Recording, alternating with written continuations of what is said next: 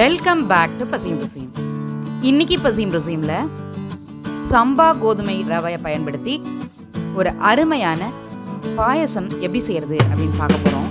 Sometimes நம்ம இந்த சம்பா கோதுமை ரவையில் பாயசம் செய்யும்பொழுது பாயசம் டெக்ஸ்சரும் டேஸ்ட்டும் இல்லாமல் கொஞ்சம் கஞ்சி மாதிரி, ஸ்வீட் கஞ்சி மாதிரி டெக்ஸ்சரும் டேஸ்ட்டும் இருக்கும்.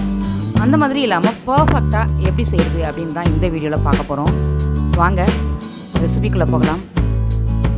ஒரு பேனில் 1 கப் சம்பா கோதுமை ரவை எடுத்து ட்ரை ஃப்ரை பண்ணிக்கணும்.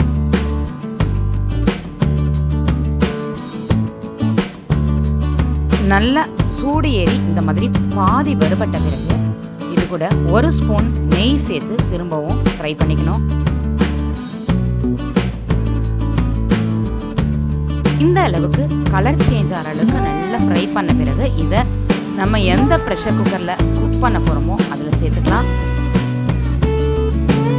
இந்த பாயசத்துக்கு தேவையான அளவு முந்திரி ஃப்ரை பண்ணி அதையும் அதே குக்கரில் சேர்த்துக்கலாம்.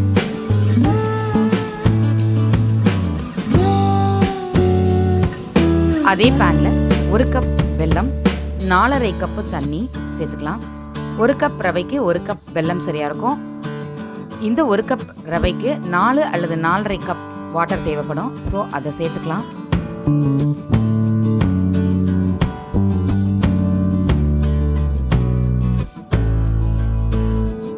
வெல்லம் இந்த மாதிரி கொதிச்ச பிறகு நம்ம குக்கரில் வச்சிருக்க ரவை கூட இதை ஃபில்டர் பண்ணிக்கலாம்.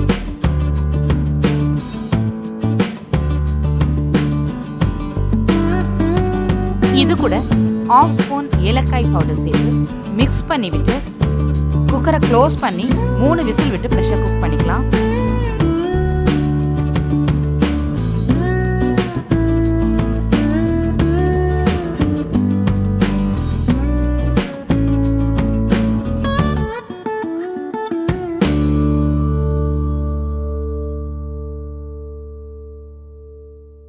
ஓப்பன் பண்ணி நல்லா பாயில் ஆயிருக்கா அப்படின்னு செக் பண்ணிக்கலாம்.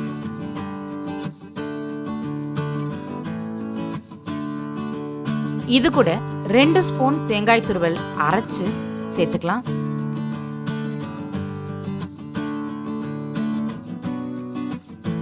ரெண்டு கிளாஸ் தண்ணி சேர்த்து லைட்டா கொதிக்க விட்டு ஸ்டவ் ஆஃப் பண்ணிடலாம்.